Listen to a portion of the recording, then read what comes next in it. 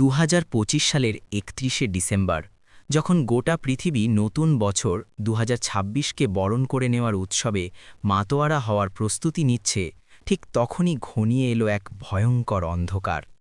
রাশিয়ার president Vladimir পুতিনের ব্যক্তিগত বাসভবনে ইউক্রেনের বিধ্বংসী ড্রোন হামলা।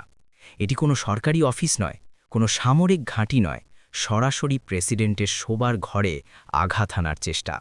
ইতিহাস সাক্ষী আছে, যুদ্ধ অনেক হয়েছে, কিন্তু কোনো দেশের রাষ্ট্রপ্রধানকে ব্যক্তিগতভাবে টার্গেট করা এক বিরল এবং বিপজ্জনক ঘটনা। আজ কি তবে শুরু হয়ে গেল সেই শেষ যুদ্ধ, যার নাম তৃতীয় বিশ্বযুদ্ধ? ইউক্রেন কি নিজের অজান্তেই নিজের মৃত্যু পরোয়ানায় সই করে দিল? নমস্কার, অন্তর্বিনা ইউটিউব চ্যানেলে আপনাদের সকলকে স্বাগত জানাই। আমি আপনাদের সাথে রয়েছি সুমন্ত। আজ কোনো সাধারণ নিউজ নিয়ে কথা বলতে আসিনি। আজ কথা হবে সভ্যতার এক চরম সংকট নিয়ে।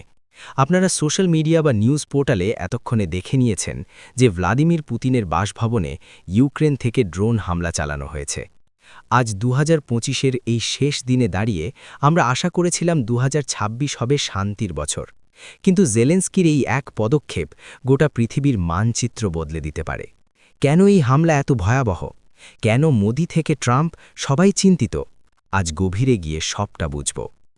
ইতিহাসের এক কালো অধ্যায়। এতদিন যুদ্ধ চলছিল সীমান্ত নিয়ে, ন্যাটো নিয়ে, কিন্তু সরাসরি পুতিনের বাসভবনে হামলা, এটি রাশিয়ার প্রেসিডেন্টের আত্মসম্মানের সবথেকে বড় আঘাত। ডোনাল্ড ট্রাম্প জানিয়েছেন পুতিন নিজে তাকে ফোন করে এই ঘটনার কথা বলেছেন। এমনকি পাকিস্তান পর্যন্ত এই হামলার নিন্দা করেছে, কারণ সবাই জানে পুতিনের ওপর হামলা মানে রাশিয়ার সেই ভয়ঙ্কর ডেড হ্যান্ড সিস্টেম সক্রিয় হয়ে যাওয়া। ভাবুন তো, যদি এই হামলায় পুতিন মারা যেতেন।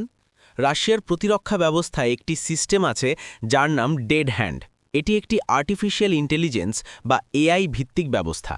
যদি পুতিন বা রাশিয়ার প্রথম সারির নেতারা কোনো হামলায় মারা যান এবং যোগাযোগ বিচ্ছিন্ন হয়ে যায়, তবে কোনো মানুষের নির্দেশ ছাড়াই এই এআই সিস্টেম রাশিয়ার হাজার হাজার পারমাণবিক ক্ষেপণাস্ত্রের বাটন নিজে থেকে টিপে দেবে। ইউক্রেন সহ ইউরোপের মানচিত্র থেকে নাম মুছে যাবে নিমেষের মধ্যে। জেলেন্সকি হয়তো কমেডি করতে করতে ভুলেই গেছেন যে তিনি আগুনের সাথে খেলছেন। আমাদের প্রধানমন্ত্রী নরেন্দ্র মোদী খুব পরিষ্কারভাবে তার ফেসবুক এবং টুইটার এক্স হ্যান্ডেলে এই ঘটনার নিন্দা করেছেন। ভারতবর্ষ প্রথম থেকেই বলে এসেছে, আমরা নিরপেক্ষ নই, আমরা শান্তির পক্ষে। প্রধানমন্ত্রী পুতিনকে সামনাসামনি বলেছিলেন, this is not an era of war. কিন্তু আজ যখন শান্তি আলোচনার একটি পথ তৈরি হচ্ছিল, ঠিক তখন ইউক্রেনের এই হামলা সেই আলোচনার গায়ে জল ফেলে দিল। ভারতের বিদেশ নীতি খুব স্পষ্ট। আলোচনার মাধ্যমে সমস্যার সমাধান না করে যদি কেউ নিজে থেকে আত্মঘাতী হতে চায়, তবে ভারত আর কতক্ষণ বোঝাবে?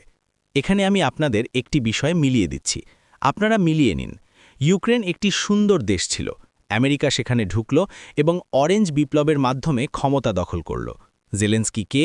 তিনি ছিলেন একজন কমেডিয়ান, যার পলিটিক্স বা জিওপলিটিক্স নিয়ে কোনো জ্ঞান নেই। তাকে ক্ষমতায় বসিয়ে সিআইএ রাশিয়ার বিরুদ্ধে উস্কে দিল। আজ ইউক্রেন ধ্বংসের মুখে। ঠিক একই প্যাটার্ন কি আমরা বাংলাদেশে দেখছি না? সব ঠিক ছিল, হঠাৎ আমেরিকা ঢুকল, সরকার ফেলে দিল এবং এমন একজনকে বসালো যার পলিটিক্যাল ব্যাকগ্রাউন্ড নেই। ইউক্রেন যেমন রাশিয়ার মতো মহাশক্তিকে খোঁচা দিচ্ছিল আমেরিকার ওপর ভরসা করে, বাংলাদেশ কি আজ ভারতবর্ষের মতো শক্তিকে খোঁচা দিচ্ছে না? ইতিহাস সাক্ষী, আমেরিকা কাউকে গাছে তুলে দিয়ে মই কেড়ে নিতে ওস্তাদ। ইউক্রেনের আজ যে হাল, জেলেন্সকির বোকামির জন্য সে পথেই কি এগোচ্ছে অন্য কেউ? অনেকেই ভয় পাচ্ছেন 2026-এ তৃতীয় বিশ্বযুদ্ধ হবে কিনা। আমার লজিক বলে বিশ্বযুদ্ধ হওয়ার সম্ভাবনা কম। কেন? কারণ আমেরিকা বা ইউরোপের দেশগুলো জানে যে ইউক্রেন মারাত্মক বোকামি করেছে। ইউক্রেনকে বাঁচাতে গিয়ে নিজেরা রাশিয়ার নিউক্লিয়ার হামলার শিকার কেউ হতে চাইবে না। ইউক্রেন হয়তো ফিনিশ হয়ে যাবে, কিন্তু বাকি দেশগুলো হাত গুটিয়ে নেবে।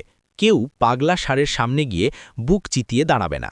শেষে একটাই কথা বলবো, সময় বড়ই নিষ্ঠুর। ইউক্রেন আজ যে ভুল করল তার মাসুল সাধারণ মানুষকে দিতে হচ্ছে। আমরা যেন আমাদের ব্যক্তিগত জীবনে এবং জাতীয় জীবনে এমন কোনো ভুল না করি যার মাসুল ভবিষ্যৎ প্রজন্মকে দিতে হয়। আপনার কি মনে হয়, ইউক্রেনের এই হামলা কি ঠিক?